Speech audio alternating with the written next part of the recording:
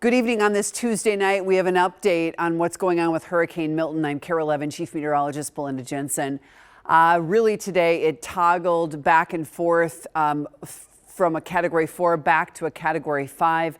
There are still 3 hurricanes in the, of course, Atlantic Basin. Kirk and Leslie moving off. And now, of course, we zoom in on Milton, which is the one we're watching very closely. As we've been talking about, it is one of the strongest hurricanes this late in the season. There's only been one other storm that's had this sort of pressure, this low pressure, which of course really just comes down to the strength of the storm. And that was actually Wilma back in 2005. As we take a look at the list of hurricanes this year, you can see Beryl was a Category 5. Francine was a 2. Helene, of course, as it came into the Big Bend just around 10 days ago, was a 4, Category 4.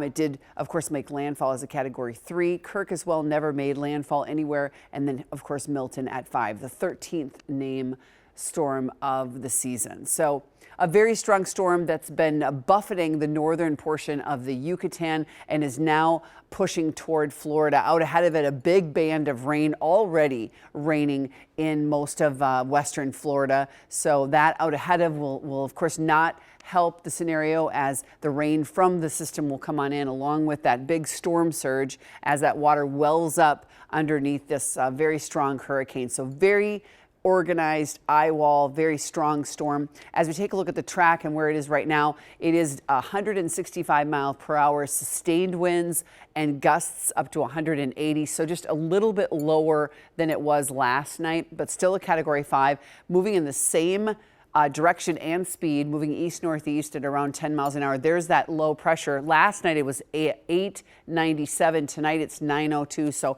really just wavering between these very, very tight low pressure centers, amounts, I should say, pressure amounts. So what will happen with this storm is it will entrain some drier air that's going to be wrapping up between Cuba and the Yucatan Peninsula. And along with that, we do have a little bit of storm shear aloft. So that should allow this storm to diminish. And that is the only reason it's going to be making landfall as a Category 3. That's what's been holding steady for the forecast. So by tomorrow night at this time, it should be down to a Category 4, but still a devastating storm hitting the area just south of Tampa. So the cone of potential has remained about the same, but the actual low, I should say, center of that cone where the best potential of this storm hitting has moved a little further south. Yesterday, it was sitting right here, pulling a lot of rain into Tampa Bay, and now it looks like just south of Tampa Bay, so it's just drifting south. Again, it could toggle anywhere along this cone of potential, and it will still be a Category 1 as it's coming off the east coast of Florida by Thursday night. So it's still going to make landfall late tomorrow night around 1 or 2 o'clock in the morning, with potential winds of 125 miles per hour and, of course, a very large storm surge that will be between 10 to 15 feet everywhere that you see red.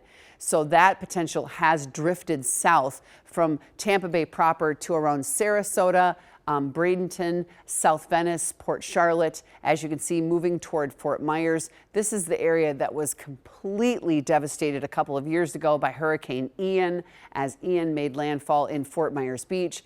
But there is Sanibel, a lot of folks are familiar with that. Bonita Bay is down here, Bonita Springs as well. So again, the southern flank of this low pressure center or the hurricane is where most of the rain, the wind, and the storm surge comes from, and then you get this wind on the backside that comes around counterclockwise. So obviously still a huge issue, and again happening about 30 hours from now, 28 hours from now, and we'll have to be watching this throughout the night to let you know what we anticipate. So we will do just that, and we'll have, of course, updates on YouTube and KARE 11 Plus throughout the day tomorrow before landfall.